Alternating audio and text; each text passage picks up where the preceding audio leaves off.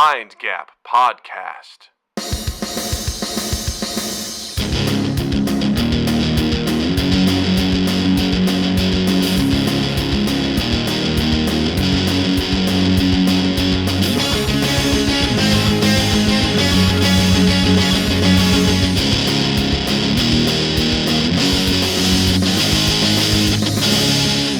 Hey everybody, welcome to Mind Gap Podcast. I'm Doug. I'm Justin, and today I get to be a princess. You have no idea what this is. Justin has no idea what we're talking about. He has an idea. I don't. I have an idea, but he doesn't. But know I'm along exactly. for the ride, just like you, audience. That's right. He's coming along for the ride. First of all, apologies for no podcast last week. I was away. Put a pin in that. We're going to talk about why I was away. That's kind of the crux of this episode, and we just couldn't make it work with having a guest. So we are back. Apologies. Accept our apologies. Do it. Accept it. Accept it. Take it. Take it. We're sorry. We're sorry. We mean it. We mean it. That's something I'm coaching Natalie on right now. Yelling her apologies at no, people? well, part of it is she has some issues with some friends who are just sorry. I go, you have to understand the way that you say that. I go, I had a 6th grade teacher who said sorry. It's a 5-letter word that means nothing. And she said it with such venom in her voice. Yeah. And I was like, that's stuck with me all these years because she's like, sorry doesn't erase shit. And also I'm trying to explain to her, I go, sorry does not mean that everything is okay. It's a start to be like, I apologize for what I did to you. And and I go, just to be like, sorry. Right. Yeah. Count it. Sorry needs to be followed up with, what are you sorry for? And then get into it. Yeah. What I'm sorry for and what I meant to do and all that sort of stuff. It's the start of the conversation. It's not I'm going to play this card from my deck and that absolves me of having to go to jail. So, exactly. Yeah. Yeah. So anyway, before we get to my journeys and my travels and stuff like that, I want to start off with a story. And this is one I've been so patient to tell you. When I heard this one from Reddit, I was like, oh, this is going to be good. So I wanted to jump the queue with this one, but I was like, no, we're gonna let this one sit, and it's gonna be just. I remember you were salivating over this a few weeks ago, and it's marinated now. Yeah, it's ready to cook. Go. All right, Justin, I want you to put yourself in the headspace. I'm going to suggest something for you, but if you have something better, that's fine. I want you to imagine you're at a job that you don't really enjoy, and you essentially. My thought is you're at the Container Store.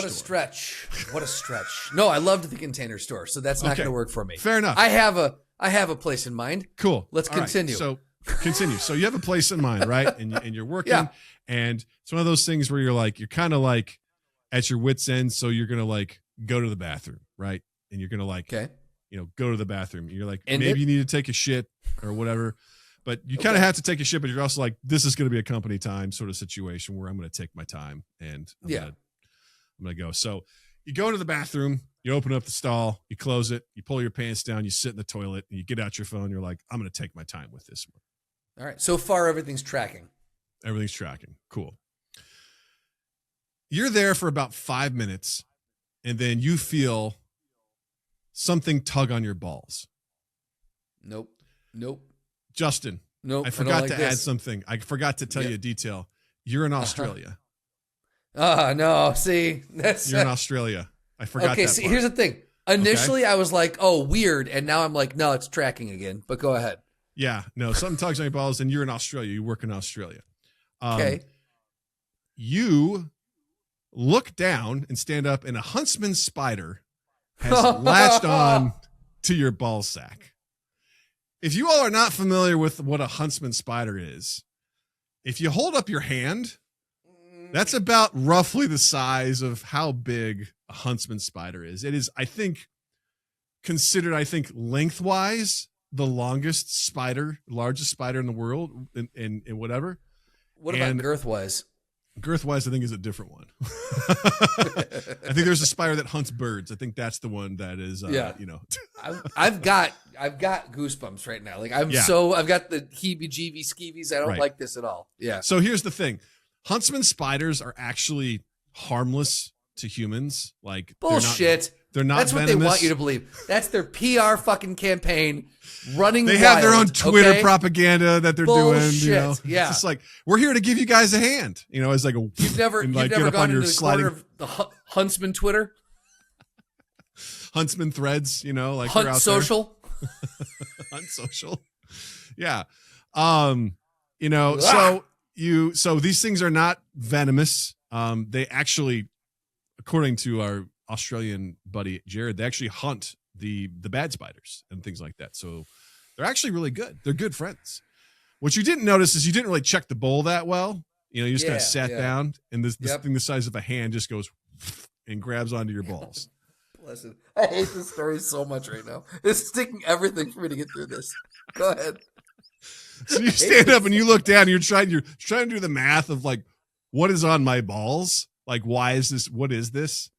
And then you realize what it is, and you let out the biggest blood curdling scream you've ever done in your life. You fall backwards, and the thing gets spooked, releases your testicles and your scrotum, and scurries away. It crawls up your butthole. It crawls up your butthole and starts puppeting you from the inside.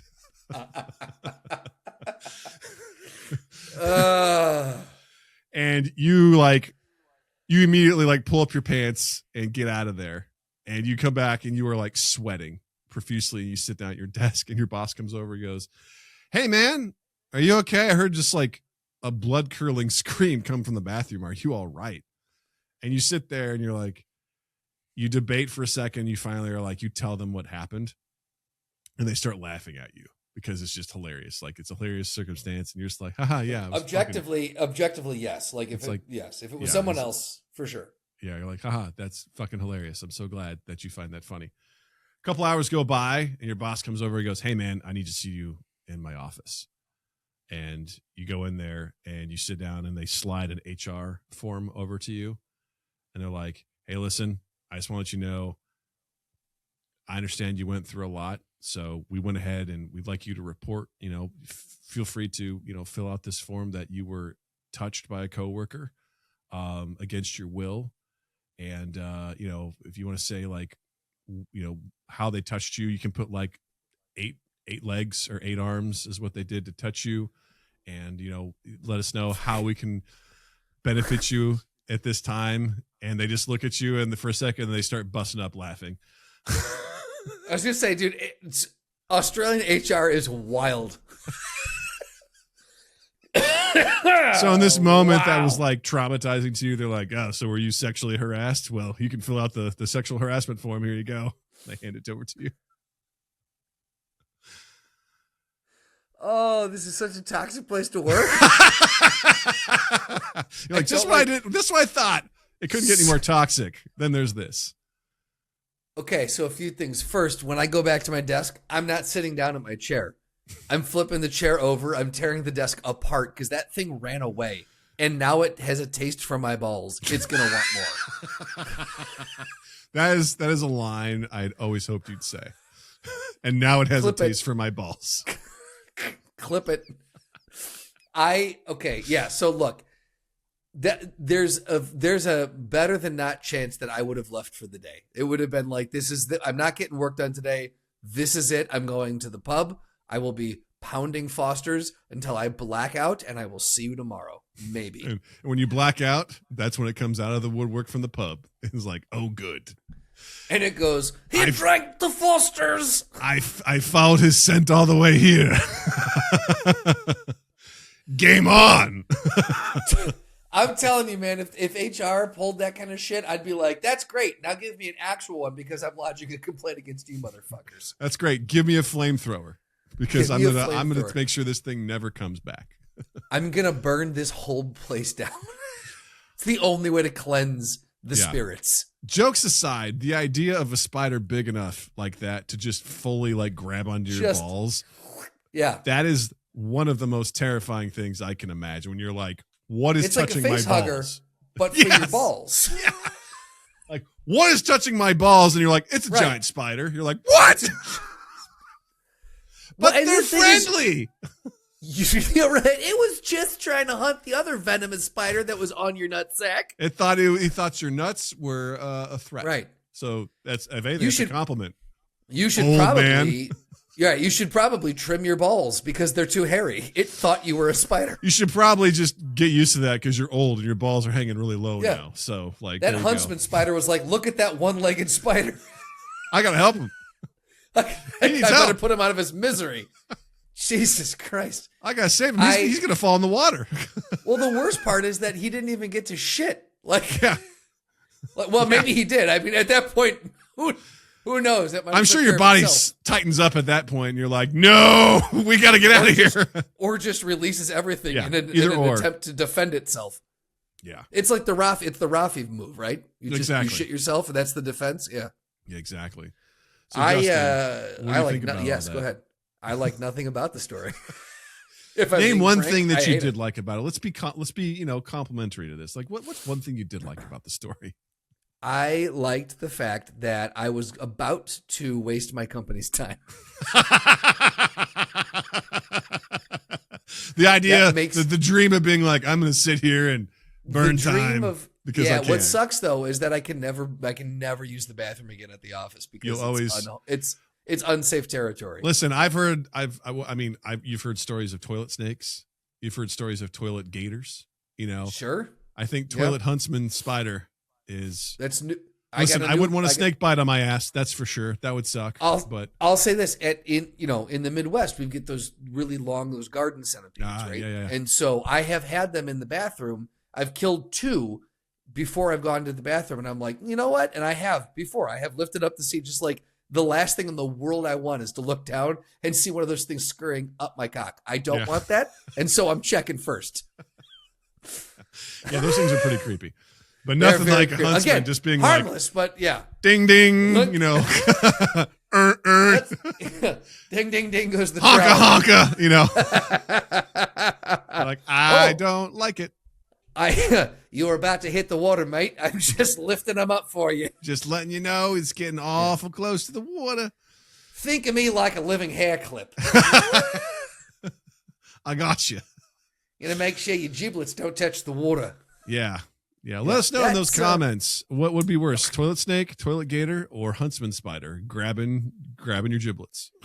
And if you answer anything other than huntsman spider, you're wrong. Yeah. That's crazy. While we're on the topic of Australia, one of my favorite things to do my whole life is when someone says a word or a phrase, and oftentimes they'll say it so fast it kind of slurs together to create something else that I hear. Sure. I will then repeat it, and probably to the annoyance of my wife and other people, but it's often find it to be very amusing. And I'll give you a perfect example. While we were on our trip, Natalie was like walking around in the room, and she like kind of kicked her foot up, and her slip-on sandal like flew somewhere, and we were like, where is it? And I think I was like, did it go under the bed? And Jill goes, it didn't go under your bed because there's no way to go under this. And I go, dingo under your bed. And she goes, what?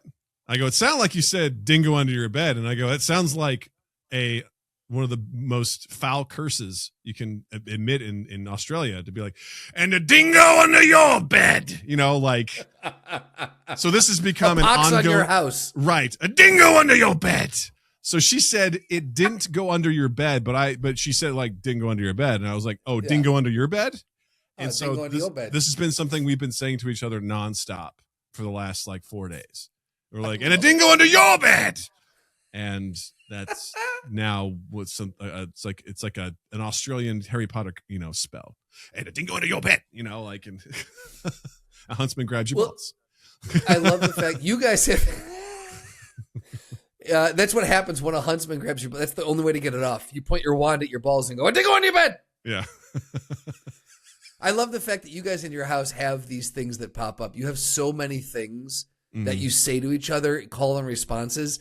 It's getting to the point where do any of them ever go away and replace others, or do they just keep getting added to the ever-growing? Some will like come and we'll use them for a while, and then they'll go away and we'll forget about them, and then Yeah. other things come in. But like that's my favorite thing is when I hear just a completely different phrase from what it was spoken, just and it's like this new thing, and I'm like, wait, what? And it's Hold on probably now. obnoxious, but it's fun when I hear that. I'm like, excuse me? A dingo under your I bed? would say not obnoxious if you guys have been saying it for 4 days straight. I would say that probably it got glommed onto.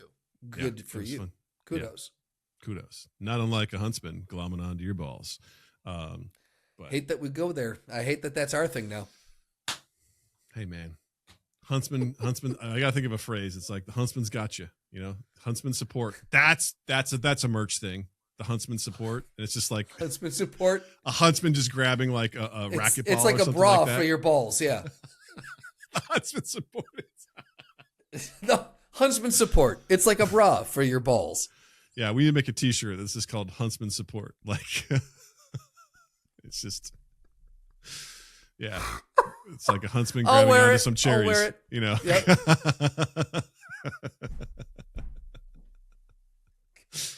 Oh, good stuff. All right, Jared, get on. You're what you and Noah, right? You're the two most artistic ones in the chat.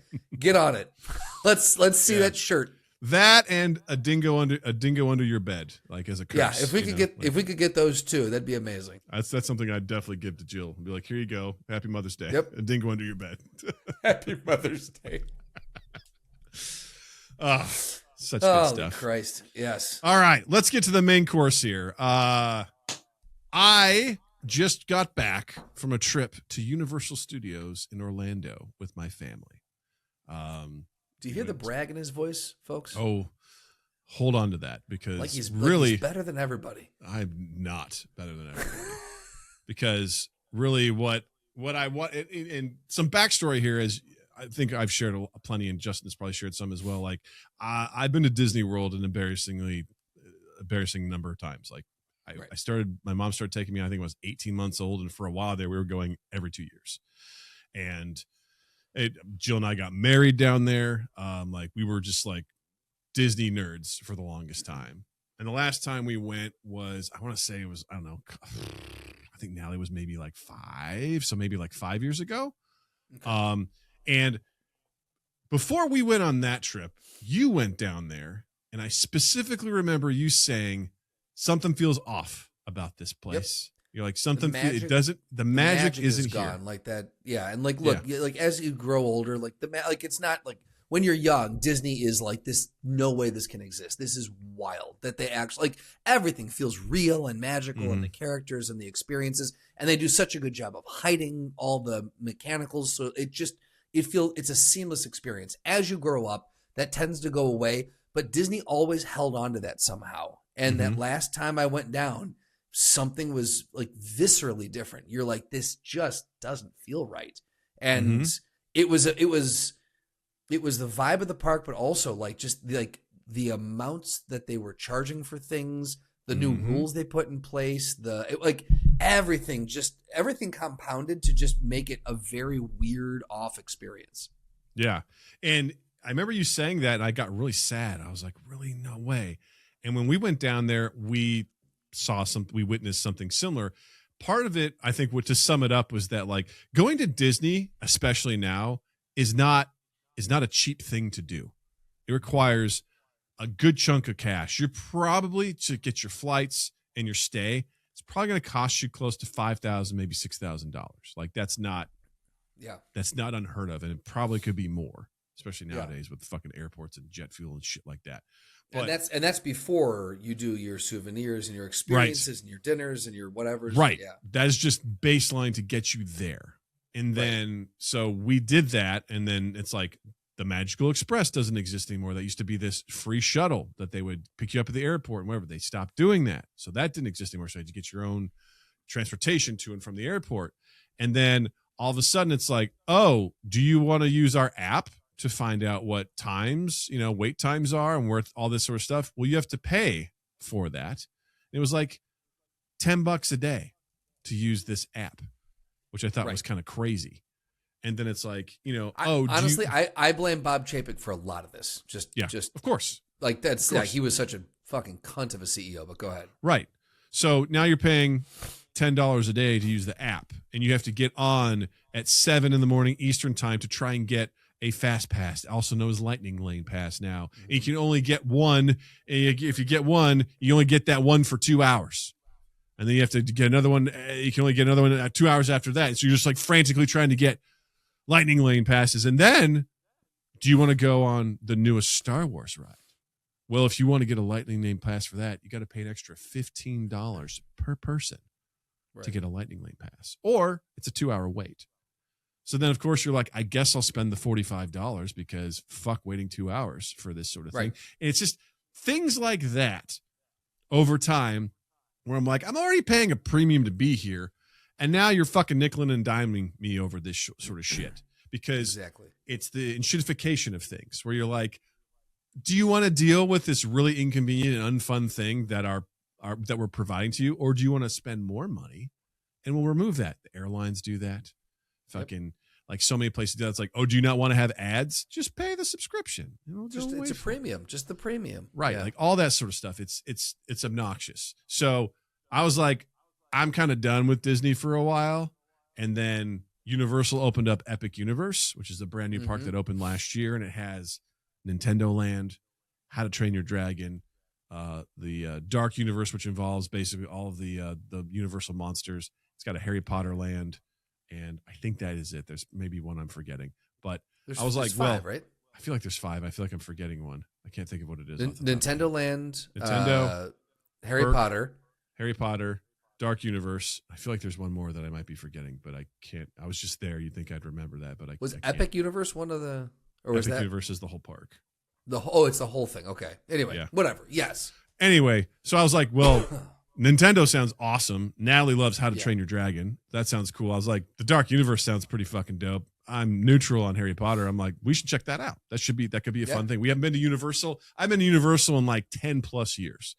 So I was like, this could be a fun trip. So we did. We booked it. And you're right. It's four amazing theme parks. You're right. Yeah. So the Universal consists of Universal Studios, Islands of Adventure, and Epic Universe. Okay. And I don't know what I was thinking or what I was hoping would happen. I was kind of hoping we would get I don't know. I knew it wasn't going to be Disney. I was like, Universal can't compete with Disney as far as like just overall customer service and just experiences. The slickness of everything. Yeah. And Universal does have more thrills, more thrill rides. Disney's very safe as far as like what their rides are and what they do. So there's like an extra element to that.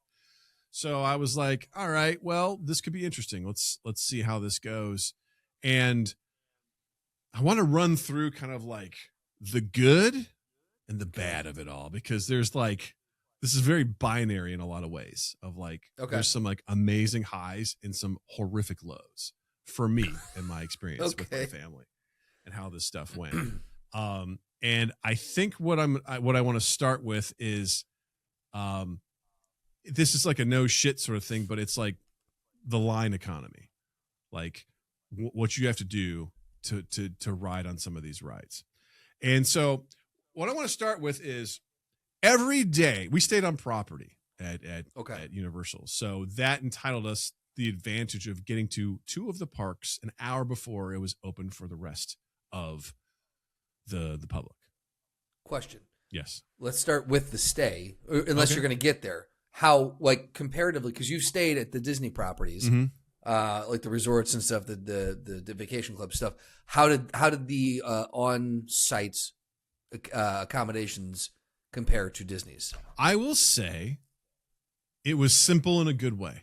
We stayed at the Stella Nova Resort, and I was like, this place seems kind of small, and that's not a bad thing, because a lot of Disney resorts are sprawling, and there's just like very overwhelming, massive, and there's all this sort of stuff. And I was like, when I was looking at it, I'm like, oh, well, I mean, I guess this is like, the quick service place to get a meal. There's like a little market area where you can get some snacks, and there's like a bar, there's a pool, they got a workout room, they got a tiny ass arcade, and that was kind of it. Like, that's kind of what was there for the place. And I was like, man, I hope this is okay. And it was, because you didn't feel like sometimes when you're walking through like Animal Kingdom Lodge or, Wilderness Resort or fucking Caribbean Beach, you're like, this place is fucking nonstop. You go to that Beach and Yacht Club and Boardwalk. You're like, this place is fucking massive. And part of that's cool, but I appreciate it. I'm like, this seems much more simplified. And I'm okay. Right. Well, the idea is to get you to the parks. You're there for the parks. Like here, we're going to house you. It's going to be comfortable, your basic needs, and then go out. Yeah. Go do the thing that you're here for. And that's exactly what we did. Natalie loved the pool. Of course, the pool is very simple. No slides or anything like that. Just simple pool. And had a blast doing that. My favorite moment, which I'll probably get to this, but like of all the things I think Natalie's going to remember from the trip, I think it's going to be us going swimming and us commencing the noodle war of 2026. Ooh, the 2026 noodle war. So this place just had a bunch of complimentary pool noodles. And the second night we went swimming, I was just like gathering a couple of them and just sitting on them. And I felt like, the Baron Harkonnen from Dune as I'm just like floating. And I'm just like, I'm on my throne. Yes. Yeah. And Natalie was like challenging me. She's like, I'm going to get your noodles. I go, hey, just want to let you know, you start the noodle war, you're going to regret it. You better be prepared to finish the noodle war. I was like, just so you know, you could start this. She goes, oh, I'm going to get your noodles. I go, you start the war and see what happens. And she pulled out her noodle and like pretended to blow on it like she's blowing some war horn. I'm like, so the war is on? She goes, yeah. I'm like, give me your goddamn noodles. So we spent the rest of the evening of me stealing her noodles. And then I'm just like, I'm on my throne of noodles. You cannot take them from me. And I was just doing all this wild shit. And now he's like, Mom, distract him. And Jill's like, I don't want to have anything to do with this. Like, she's like, I don't want to. And I'm just sitting trying there to read. I'm on vacation too. The whole time we were just sitting there, and Natalie was just coming after me, trying to get the noodles that I stole from her. And I'm like, that's probably going to be hopefully a core memory for her. That's cool. The noodle war, which was super fun and super cool. So accommodations, fine. They offer free shuttle service to the parks. Okay. It was within walking distance to Epic Universe, which is why I picked the resort, because I'm like, I want to be able to walk, because there's nothing worse than being tired coming out of a park and then being like, now I have to wait for a shuttle. And the worst, even worse thing, you go out there, the line to your resort to get on the shuttle is massive. And you're like, fuck, I'm not going to get on this one. I'm going to have to wait. And I don't know when the next one's going to come. Oh my God. I was like, I want to be able to walk. It still sucks. You're like, I'm ready to go home. You're like, well, we got a 10-minute walk to get there. But I'm like, it's better than waiting for a fucking shuttle and then having to wait 15, 20 minutes for it to drive you back to your place. So accommodations were solid. But one of the first things I noticed about the parks is that there is definitely an issue with the lines. So as I mentioned, by staying on property for Islands of Adventure and Epic Universe, we were allowed to go into the parks an hour earlier than the general public. Okay. Sounds like a good deal. However, for Islands of Adventure, there are a couple sections of the park. There is the Marvel area.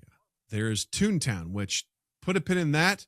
Whoever thought, you know what people are going to give a shit about is these outdated cartoons like Popeye. Wild choice, man. Wild choice to be like, hey, everyone knows who these guys are, right? I'm like, no, nobody knows who these fucking people are. You got to leverage are. What IP you got, man. You got to do what you got to do, right? So there's Toontown for these obscure things that no one knows. And Natalie goes, who's Popeye? I go, exactly. There is Dr. Seuss Land. There is Jurassic Park. And then there is Hogsmeade, which is the Harry Potter section of that park. There's a Harry Potter section in every park, all right? Right. 5 different areas of the park, all right? When you get there at 8 o'clock, only Hogsmeade and Jurassic Park are open at 8 o'clock. The rest of the parks areas open at 9. Of the rides that are in Jurassic Park and Hogsmeade, there are 6 rides. 3 in Harry Potter, 3 in Jurassic Park. 2 of the rides in Jurassic Park are closed for renovation.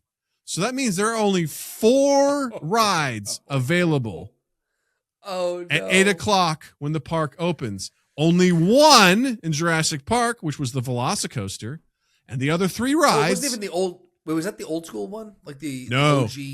Oh, man. No. Darn. No. The one I really wanted to take Natalie on was the river ride, and that was closed. So unfortunately, so that one wasn't. That's a bummer, and that's been dude. updated for Jurassic World and stuff like that. So it sounds like super perfect. Yeah. By the way, Natalie loves Jurassic Park. So there are only 4 rides available at 8:00. Okay. We get to the park at 7:30. Gates open at 8. We are in a decent position to get through the gates. Sure. Gates open, and we're going through. And by the way, you have to fucking, I don't know if you recall this, but like they have to take your fucking picture to enter the park now. That's like part of the thing. Oh, really? Yeah. Like you get up there and they take a picture of you, and I'm like, I don't know how I feel about this. Like Right. if anyone was like, we don't believe you were in Orlando Studios, I'm like, yeah, well, there's plenty of photographic evidence of me fucking being there because they took my goddamn picture. I'm like, what do you do with that data? But anyway, that's a separate thing altogether. So we're going, we're moving, and I just start seeing people who are already ahead of us like running. They're just like sprinting once they get through, and I'm just like, oh God. So this creates this anxiety, this inherently antagonistic thing of it's us versus everybody else here. We have to beat them.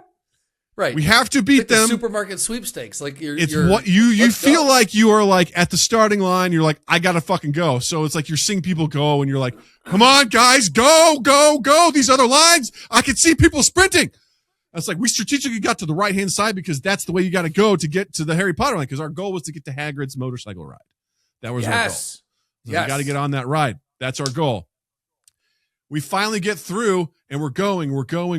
And Jill goes, I don't know my way around this park, but I know where I'm going because we're all going to the same fucking place. It's one just giant sea of people heading to Hogsmeade. Yeah. All right? Yep. And you get over there, and it's just like, we're all going to the same place, right? So you get up there, and then I learned this the first day. I go to get on the ride. They're like, hey, no bags. I'm like, what? I had like a little bag, a little cinch bag. Yeah. They're like, yeah, no bags on the ride. I'm like, what do you mean? I've never had to deal with this at Disney. I'm like, I'm such a baby. I'm like, what do you mean? They're like, yeah, this ride, you can't have that. You got to go put it in a locker. Yes. I'm like, I do remember that. Yes. I was like, what? So as people are like funneling in to get into the ride, I have to go and find a fucking locker. So I'm going, and everyone's going to the fucking lockers. And you have to like, there's like one little keypad thing that has a certain, that works, functions for a certain number of lockers. Yeah. And so like, so you're going to do this, and then you have to come back to that same place to get to that locker. Yeah. So I'm trying to do this. Jill and Allie just go ahead and go into the line. And so I get this, and I'm like, now I have to try to find them. I have to cut in line to get where they are. The good thing is, the good thing is, so many people are doing that. People were cool with it. So like people understood. I'm like, excuse me. They're like, yeah, go on there. At one point, one guy goes, you're the third person to come by here. Like, what's going on? I go, lockers. So he goes, oh, right. So I finally catch up with them. And as I catch up with them, I'm like, all right, cool. We got here. We beat the crowd. We're good. I open up the app. I'm just, because also this is something that you start doing is you feel like you're trading stocks. You're just constantly looking like, what are the wait times? What are the wait times? What are the wait times? What's this? What's that? What's that? Practical Doug's like, we got to move, man. We got to be efficient. We got to do this. And we were like, we're going to line. I look, 110-minute wait. Like, I go, that's not going to be us, though. That's not going to be us. We're already in here. That's like after us. We still waited at least 75 minutes. At least 75 minutes. And we were in this one room for fucking ever. We weren't moving. So some of the things, it's like, part of it's like you move a little bit, like every little bit. So you feel like you're making progress. We barely moved through this room. I was like, we were in this room, I shit you not, for 40 minutes. And I was like, it's like, as you go in, you have to go down, come back up, and then go down around, and then you go into another room. And I was like, we were in here for fucking ever. I'm like, dude, that ride, that's the one where eventually you start descending into a cave, a tunnel system in the caves, right? Beth and I, it was 3.5 hours we waited for that ride.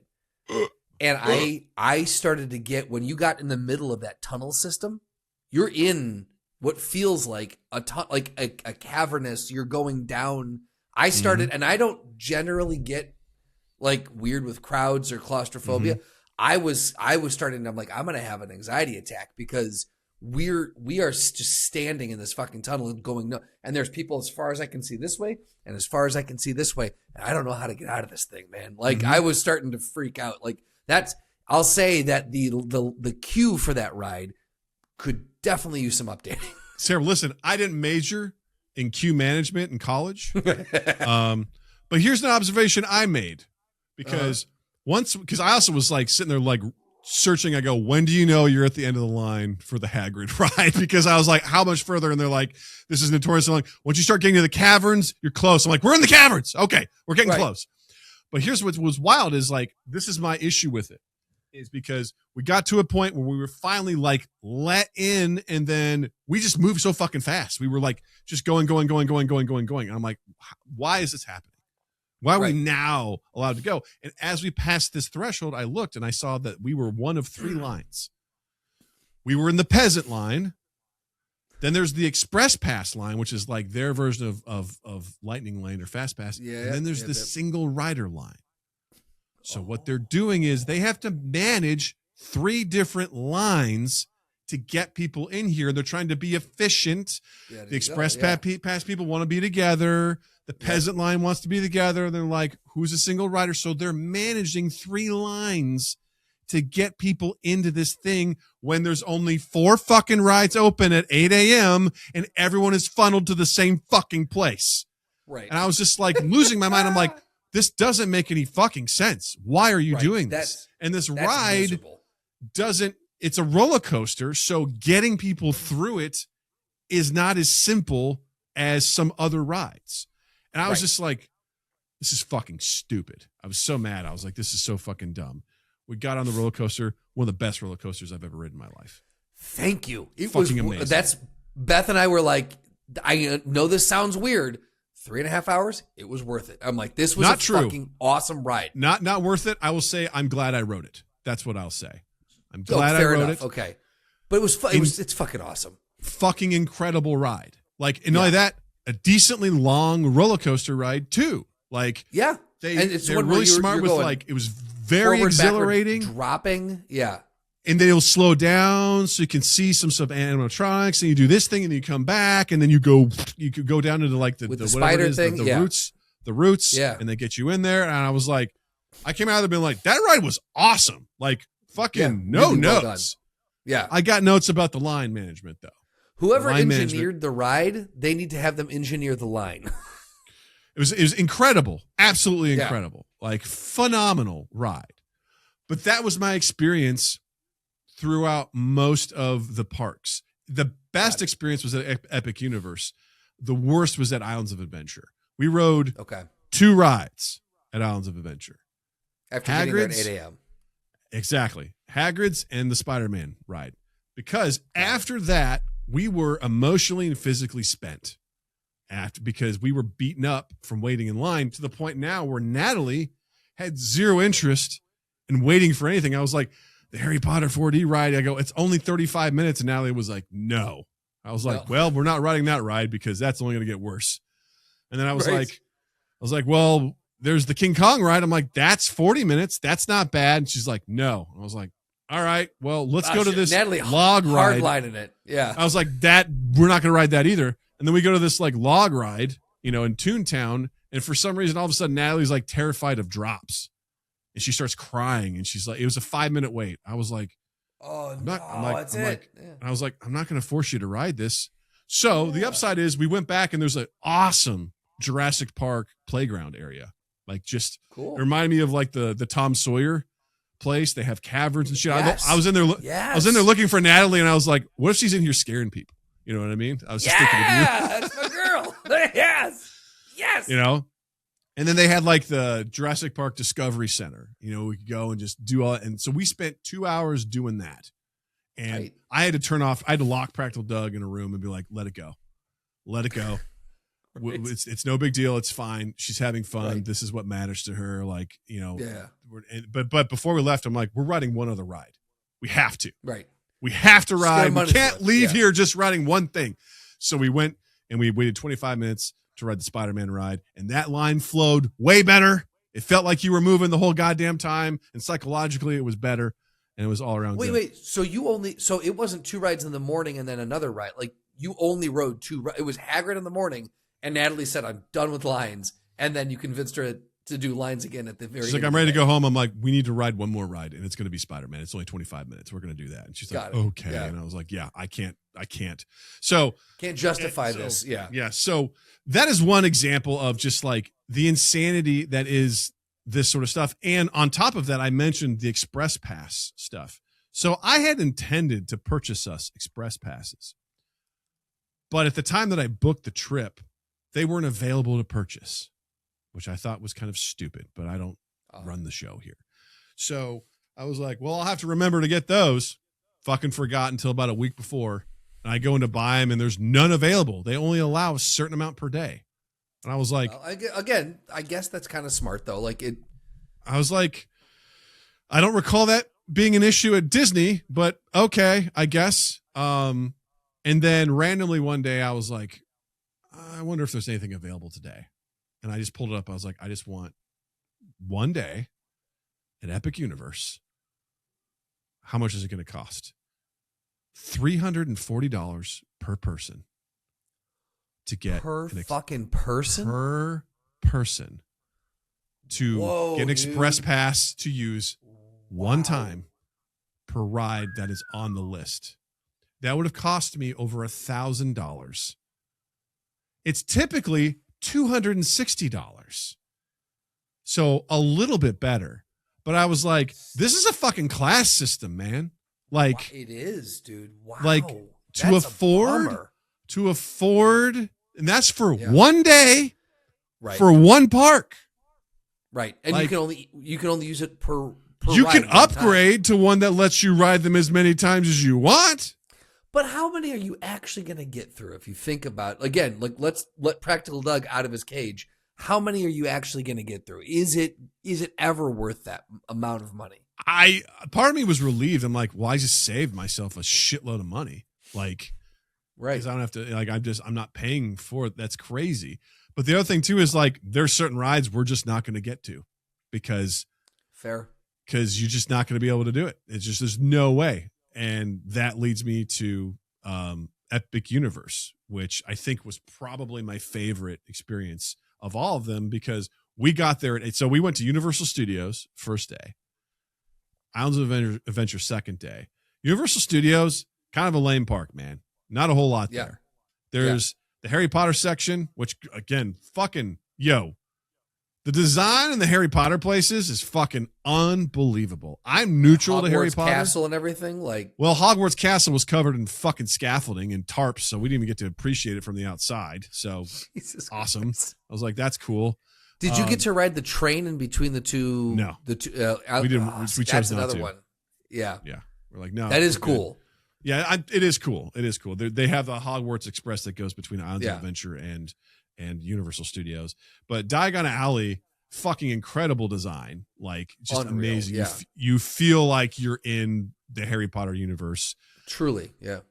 The magic spell stuff, I'm like, I mean, it was cool in concept. In execution, kind of a pain in the ass because, A, there's lines to cast these spells. I'm like, great. And they don't work super great. Like, you have to go. And you have to point your wand at a very specific place that's not always, obvious. And you have to make a specific sign. It's kind of cool or whatever. And then you got to do it just right. And then it will activate. And they have second generation wands now that are also connected to an app. So you can like track your progress. And we got behind people that were completionists that needed to get every single They were thing. grinding, huh? And they did not care how long it took them to get the spell accomplished. And I was like, I hate this. I hate everything about this. This is insane. Love the idea of it. Love the idea of it. But but like Universal Studios has the Harry Potter section of Diagon Alley. After that, I'm like, don't give a fuck about Minions. Don't really care about Trolls. Don't really care about Transformers. The Mummy ride was fun. Natalie fucking hated it. She was terrified of Too scary, everything yeah. about it, which was, I'm like, this is a badass ride. I don't care. I like it. But I was also like, whatever. There just wasn't a whole lot there. It was just kind of like a meh kind of day. Yeah. You know, we're like, okay, whatever. Islands of Adventure felt like a disaster to me. And so that night we're in the pool. I'm like, I think I fucked up on booking this. I think I fucked this up. Like, I don't think we should have done this. And Joe's like, no, don't. I'm sorry you feel that way. I'm like, yeah, we spent all this money and I feel like Natalie's miserable. Like, I don't think this is a good idea. So then the next day we're kind of like beaten down and battered. We get to Epic Universe. It's 8 a.m. in the morning. It's the same shit. We're all lined up and ready to go, right? Everyone's in there. We get there fucking early. We're there at like 7:15. Park opens at 8 o'clock. And I'm sitting there being like, this has to be better because the whole park, aside from Dark Universe, opens at 8. So there's 3 lands that are open. This has to go better. It has to. And our goal was to get to Nintendo Land and do the Mario Kart ride. That was our thing. Sure. And so they led us through security, and then they lead you to a section of the park where you then have to wait again. And we're surrounded by people. And Jill's like, I fucking hate this because we can't even enjoy our surroundings because there's people, and we're all like, again, we have to beat everyone to where we're going. And so they finally let you in, and we just pour into the Nintendo area. And the Nintendo area is magnificent. You go into this pipe, and you come out of the pipe into Peach's castle. And I could stand in that section and just watch people come into that section of the park all day and just like fill my bucket with joy. As people come in, you see them cover their mouths. They scream with joy. It is the coolest thing ever to walk in there and you just see this amazingly designed Nintendo world in front of you. You're like, holy shit. And we ran over. We barely had to wait for the Mario Kart ride. It moved really, really fast. We got to do it, which was a fucking amazing ride. We came out. There was a Yoshi ride right next to it.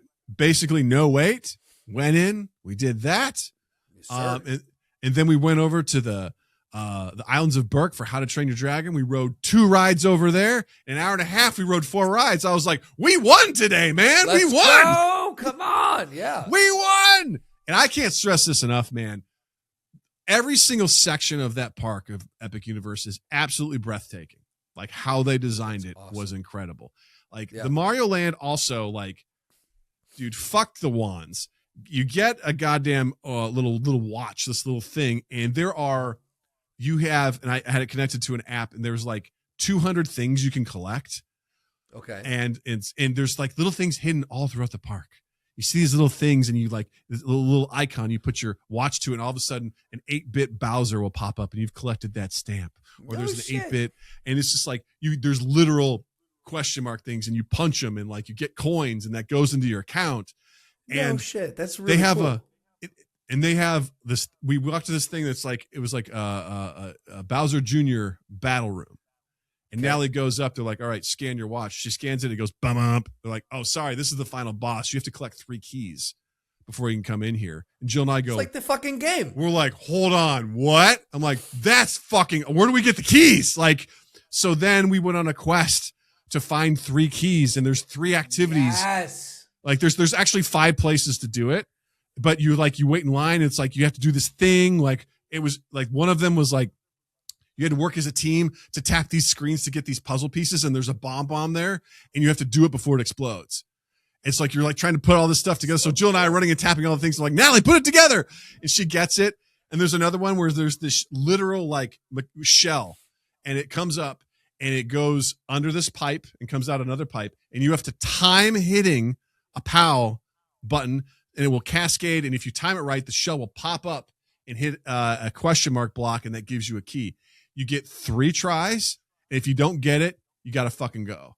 You don't get to keep going. Wow, and I watched people with terrible timing fail. And they're like, the guy that's right there is like, you got to go, man. Like, get to the back of the line. Like, wow. Yeah. I was like, as we were watching, I looked at Natalie. I go, I'm like, all right, ready? We would hit it now. And we were like practicing. And she nailed it on her first try. I'm like, what the fuck are you talking about? You get all 3 keys. You get all 3 keys. You then get unlocked. You go in.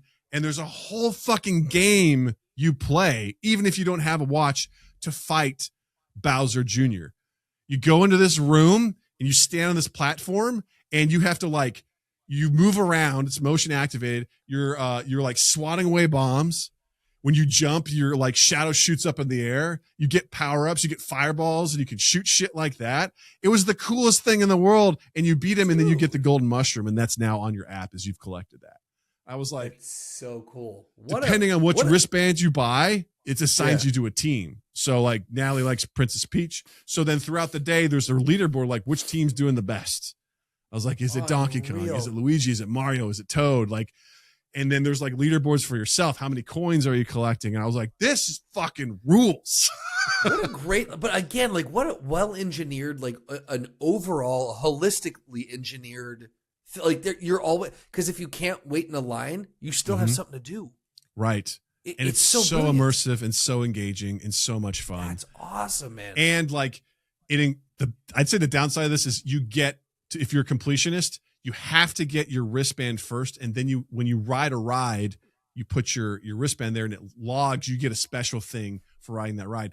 We did the rides first before we got the wristband because who's taking time to go buy a wristband when the fucking park just opens? Absolutely, so yeah. We did Mario Kart and we did the Yoshi ride, but we didn't have the wristband, so we didn't get the icons for that, unfortunately. But like the unbelievably designed, and then Burke was fucking gorgeous, absolutely gorgeous. Absolutely love the How to Train Your Dragon stuff. Amazing rides, amazing roller coaster. I would say it ranks just under Hagrid's as far as like enjoyability. We rode it 4 times. It was incredible. Wow, okay. It was so good, and the line moved real fast. It was awesome. And then my personal favorite was the Dark Universe area. Unfortunately, that place only has 2 rides. A werewolf roller coaster, which is okay. And then the Monsters Unleashed dark ride, which was fucking phenomenal. I rode on it by myself because Natalie I was like, Natalie shouldn't. I wanted her to, but she would have fucking hated it. It would have been too scary for her. But the wait line on that is constantly like 10 to 20 minutes. Like it's rarely that long because it's designed in a way to just run people through it because they're fucking smart with that sort of shit. Yep. So good. It was so good. Dude, it was so unbelievable. Loved it. Absolutely. That's awesome. So before we move on to the game and stuff like that, I want to talk one more thing about the food. The food there, mostly garbage. In the parks and things like that. Terrible pricing. The most basic child's menu item is $10. Everything you get as adult is anywhere between $16 and $24. Good for some of the most basic ass shit. Just absolutely dog shit sort of stuff. You're like, oh, you want greasy chicken tenders and fries? Well, that's going to be $16. Tiny little patty on a stale bun. Burger. Awful. Yeah. That being said, we ate at 3 places that were fucking phenomenal. One of them, Toadstool Cafe in the Nintendo Land. Absolutely incredible. For a couple reasons. This like made Practical Doug ejaculate. You walk in and they seat you, and there's no one that takes your order. You use the app, you order from the app, you scan the table, there's a QR code, and then you go, I'm ready for my food, and then they just bring you out the food. Like whatever you want. And then when you're done, you get up, you pay through the app, it's already paid for, you're done, someone comes by, cleans off your table, and they just move people in. I was like, yes. And there's no tipping because there's no one that's specifically taking care of your table. So, and the food, very fun, all Mario themed shit, and it actually pretty decent stuff. Like I got a broccoli and mushroom fettuccine that had a little Yoshi egg in it. Jill got a Luigi sandwich that was like a pesto green pepper thing, and they put a little Luigi hat and they mark a little mustache on it. There's the Mario mushroom burger. I got a little mushroom pizza thing, but it comes out like a toadstool, and the thing, it's like a bread bowl on the top, and you open it up and there's pizza stuff inside, and you put the sauce. Amazing. Just amazing. Like just cool. Top to bottom. Absolutely. And while you're in there's these LED screens of like toads and like little Toadland, and somewhere in the kitchen, like pretending to make your food. And then out of nowhere, it starts to like cloud and get menacing, and Bowser's ship starts attacking from the screens, and you watch as like everyone's dealing with the fact that bullet bills come flying by on the screens. And it was like such an incredible experience. It was so good. That's cool. Amazing. Yeah. Second one, the Blue Dragon, Asian restaurant just in the general part of the park. that did like Chinese, Japanese food. Unbelievable. Had some pork soup dumplings, some gyoza. Now they got a kid's bento box that was amazing. They had like a whole selection of great stuff. Jill got orange chicken. I got some tonkatsu ramen, which was like chef's kiss. Amazing atmosphere. It looked so cool. Like you went in there, it looked like it was nighttime, and there was like, sort of like your typical Japanese street signs that were glowing. It was amazing. So good. That's awesome. Last one, Cowfish in the Universal City Walk. It was a combination of like burgers and sushi. So you could get burgers, you could get sushi, and some of the sushi was burgushi is what they called it, which I was like, that sounds kind of gross, but it was like a burger, but in sushi form, kind of weird. But I'm not mad at that. Yeah. I got some sushi there. That was amazing. I got an amazing roll. It was phenomenal. Excellent. So good. So worth it. And all in all, fantastic. But I've talked a lot about all this sort of stuff, and we're going to go a little long. So fuck you guys, because I think we need to. Having me said all that sort of stuff, I think this might be the last time that we go to an amusement park like this. I think. Really? I don't know if it's because we've spent the last several years doing low key vacations.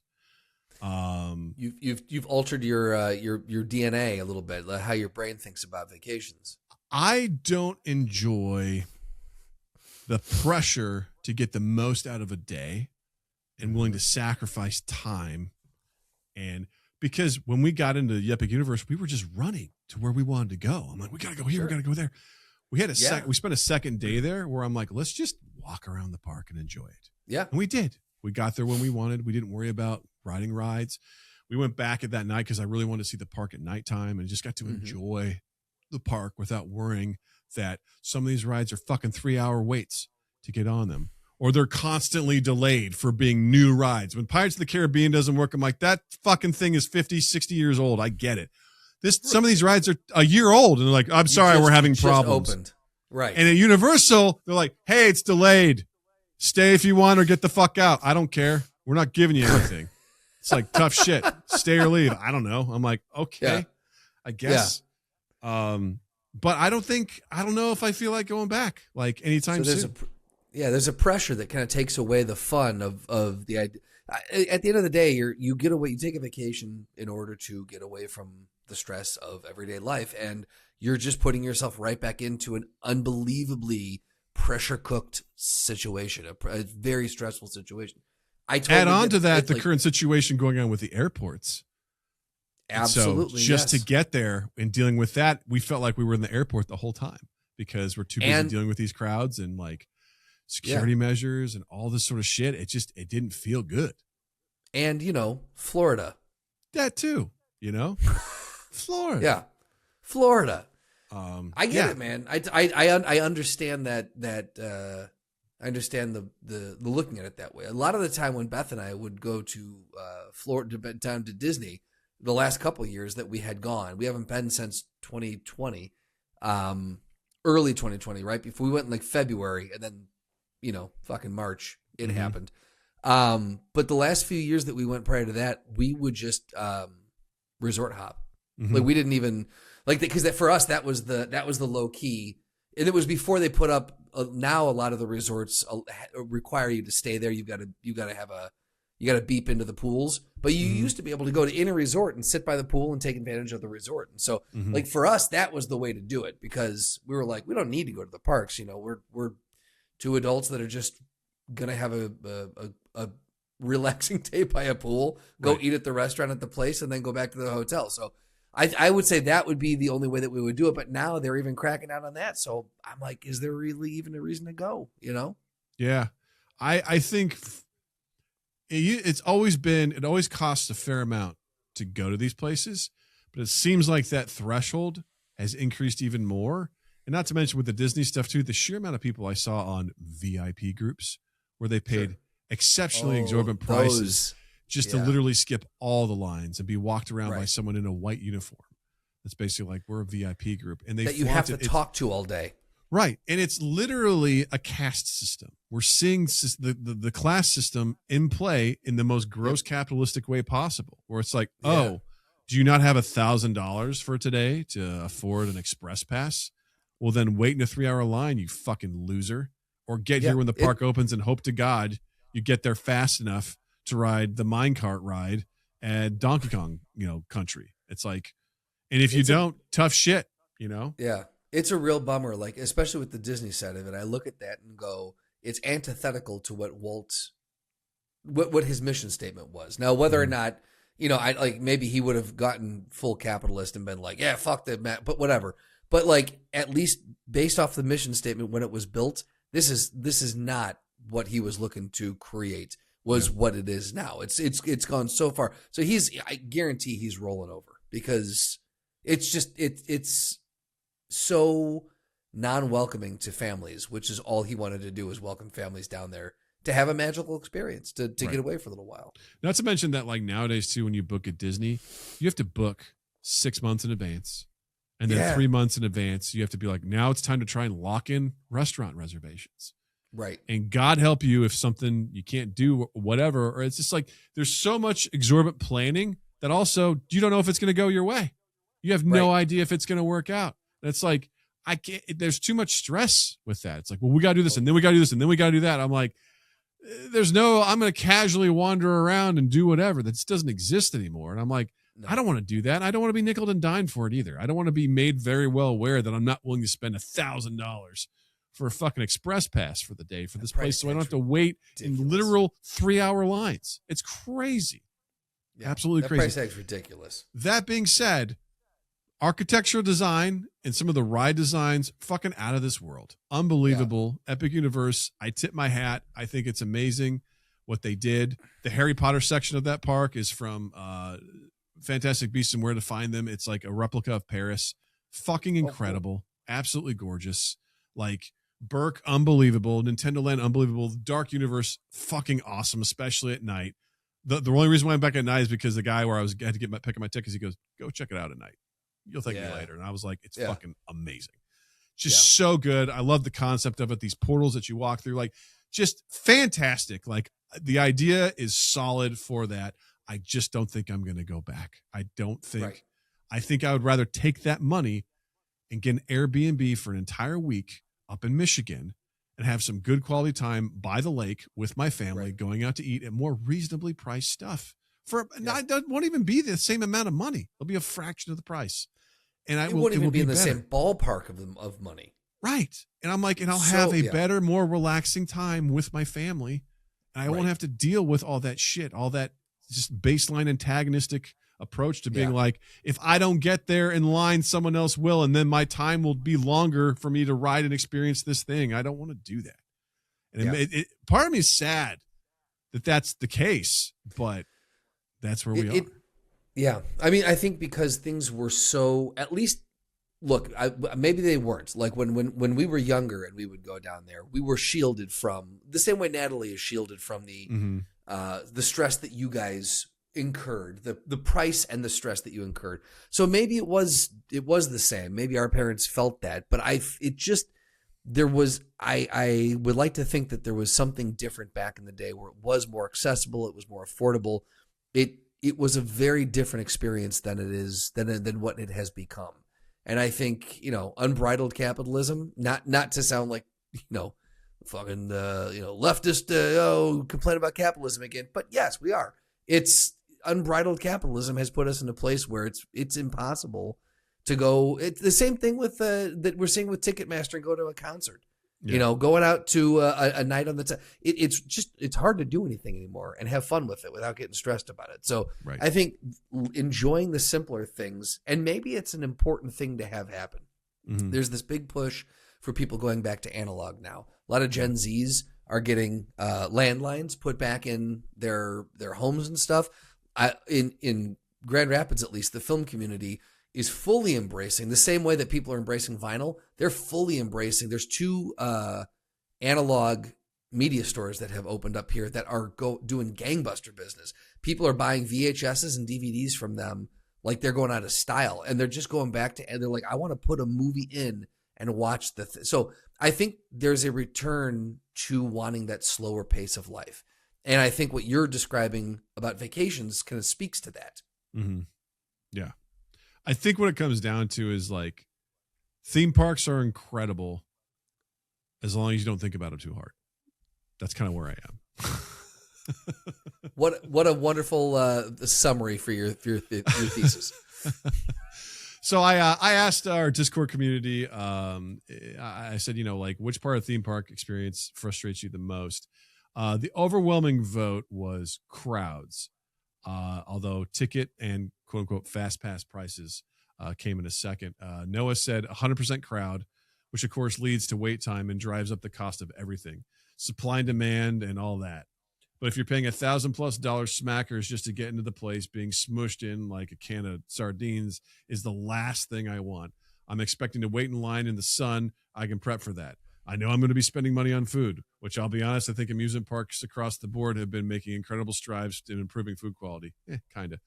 But I simply cannot be bothered to deal with the engagements and photo op spots, the absolute Roomba energy that anyone above the age of 40 is putting out, or the crying 2-year-olds that their Disney adult parents thought would have fun, but neglected to realize children don't have any fun with new things and they won't even remember this. It's more for you than it is for them. Hell is other people. the Roomba energy people over that's such a great. I know exactly the vibe. That's such a great description. Yeah, and then Slotty said tickets and fast pass prices policy, because we got the fast pass for Disney and didn't realize there was a 2-hour timeout after a usage. Also, the best rides are not included. I thought it was smart, but it only worked like 3 times. That sucks. Yeah. And I posted a similar thing onto our YouTube channel. I was just like, which of these 4, do you hate the most? And on YouTube, ticket and fast pass prices won, with crowds coming in a close second. So those were kind of the main things. The other things were wait times and food quality versus price. But it seems like ticket prices / fast pass stuff and crowds are the big no-nos for folks. So yeah. But let us know in those comments, what you think. What's your least favorite thing about amusement parks? We'd love to hear about it. Yeah. Yeah. All right, let's hit up this game time. You ready for some games, buddy? I'm so fucking ready, dude. Let's go. All right, we're heading back to the verdict, which is the letterbox game, where I'm going to read Justin a random review from Letterbox. Justin has to try and guess what the star rating is based on that review, and for funsies, if he can guess the title of the film, then that's also a bonus. So, all right, here we go. And for the record, you may not know what some of these movies are. I didn't know what some of these movies are, but the reviews were fucking incredible. So here we go. First one. If a man made me a playlist and the first 2 songs were Can't Stop the Feeling and Dynamite, I would kill myself in front of him. How many stars for that review, Justin? That's got to be a 1.5 star review. That's 2.5. 2.5 stars. Wow. Okay. So they gave a lot of grace on their star reviews. Holy shit. Do you want to try and guess the movie? Was it, wasn't there like a Nick and Nora movie or something like that? Like Nick and Nora's Infinite Playlist? How about that? Oh, yeah. Right. Yeah. It's not that. This was called Reminders of Him. I'm not familiar with the film. Yes, that one. With Mandy Moore, probably. I can't remember if I read this one to you or not. I may have. I think I read it to Jill, but just in case, we'll do it anyway. Emily Bronte died of tuberculosis 177 years ago, yet this adaptation is still the worst thing that ever happened to her. You did not read that one to me, but that's such a seething review. That's got to be a 1 star. That has to be a 1 star. You are correct. That is a 1 star. All right, yeah. That's correct. Woo! I was going to say, if they give anything over that, then they need to get into therapy. Geez, I can't. What was the name that died of tuberculosis? Emily Bronte. Emily Bronte. That's it's got to be Lawnmower Man. Wuthering Heights. Yes, that one too. Yes, starring Mandy Moore, probably. Another Netflix action film for your divorced father to watch while slapping his belly like a seal. Is that The Rip? It's not The Rip. That's a good guess. Sorry. Okay. Yeah, I forgot what we're doing here. The stars has got to be 3 stars. 1 star. Oh, no. And the film is War Machine. War Machine. Okay. It stars Reacher. It came out relatively recently. Right. He stars opposite Mandy Moore in that one, probably. That's right. That's of course. Yeah. All right. Let's see here. Interstellar for gay people.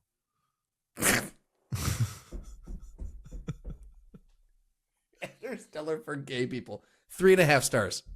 5 stars.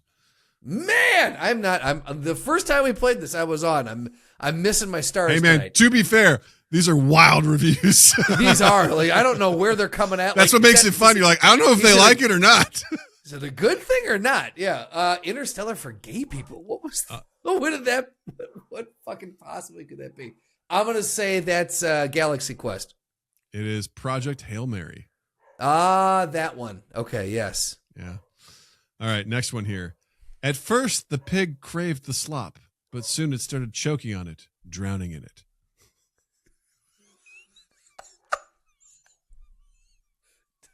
Tell me it's 4 stars at least. It is not 4 stars.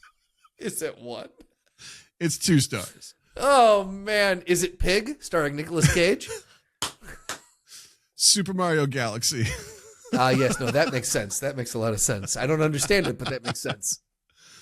Yeah, that's critical. Most people are like, this movie is garbage. It's just, but it's made a shitload of money. So they're like, hey man, and guess what? They're gonna make it 3rd. Yeah. Illumination has no incentive to do anything different. So I'm sure that's the review from adults. I know for a fact two children who have seen it who loved it. So I'm sure Natalie wants easier to go see audience. It. Yeah, exactly. They know their audience. Easier audience. All right, next one. Men want to give birth so bad it's crazy. Is it Junior? Oh wait, sorry. 3 stars. 4 stars. 4 stars. It's got to be Junior. It's not Junior. It's Frankenstein. Okay. Well, that makes sense too. Yeah. Right. All right. Men I'm want gonna to do. so God, I want to do so many of these. I'm gonna do 2 more. I'm gonna do 2 okay. more. Never thought I would leave a film being surprised that cannibalism wasn't involved. 3.5 stars. 4 stars. Very 4 close. stars. Close. Okay, there you go. Was it The Bone Temple? The Menu. Again, that tracks. You're like, that's fucking That good. yeah. Yep. All right, here we go. Last one. And I have so many more that we'll be doing another time. I love this. Here we go. Where's horny? With 5 question marks. Where's horny? Mm-hmm. With 5 question marks? I'm going to say those question marks each come with a star, 5 stars. Close. It's 4 stars. It's 4, and that's Death to Smoochie. It's Inside Out 2. Yes. Starring Mandy Moore, probably. Where's horny? Why horny? isn't horny in there? You got that makes sense too, because she's in puberty.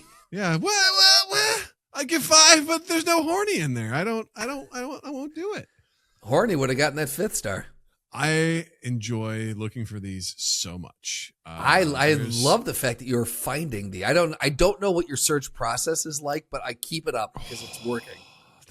People are fucking funny, dude. Like, and especially when it's like crazy and it's like high stars. I'm like, all right, yeah, just a 1 sentence thing. And I'm like, okay, roll with it. Yeah, cool. That's cool. That's fun. Awesome. Great work, Justin. That was fun. Oh, because the best part about this game is like we all win no matter what, you know? Yeah. It's so true. You're right. Well, I guess real quick, Justin, what do you have to recommend for this week? So I'm going to go back to one of the movies that was on the list there. I'm going to recommend Frankenstein if you have not seen it yet, with Jacob Elordi, Mia Goth, Oscar Isaac, Christopher Waltz. It's or Christoph Waltz. It's fantastic movie. I thoroughly enjoyed it. And I just thought it was an interesting telling of that story. So I would say go check it out. It's on Netflix. I want to rewatch that. I liked it. I liked it very much. What do you I'm going to Dougie? recommend Potion Seller has a brand new single out called Sniper Rifle. And it is fucking awesome. Potion Seller, we've had Austin Reno, Noah Reno's brother. He is the lead singer of the band. We've had him on the podcast a couple of times, and so they've got a new album coming out soon, and they just released their first single, again, Sniper Rifle. You can find the video on YouTube. You can find them on all their social medias, TikTok, Instagram, all those places. It's a great song. Highly recommended. Go check it out. Fuck Got yeah. some good shit coming down the pipe. So it's very, very cool. All right, gang. Thanks for hanging out with us. We went a little bit longer this time, but it felt necessary. So thanks for hanging out with us. Leave us a like and subscribe, youtube.com/MindGapPodcast, and leave us a comment.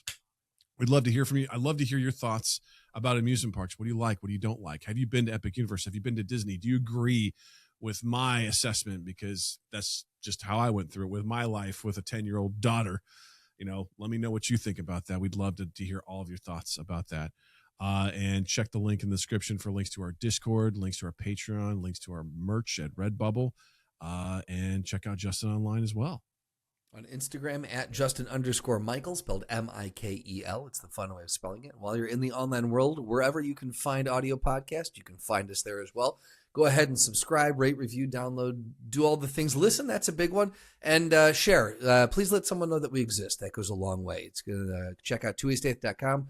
2east8th on all social media, loveandimprovfilm.com, loveandimprovfilm on Instagram, and also check out the Instagram handle for Strange Frequencies. Some fun stuff coming that way, too. Fucking yeah. Yeah. All right. Well, with that, I'll say, Justin, thank you. Douglas, thank you. Listeners, viewers, thank you. And you all have a dandy fucking week. Mind Gap Podcast.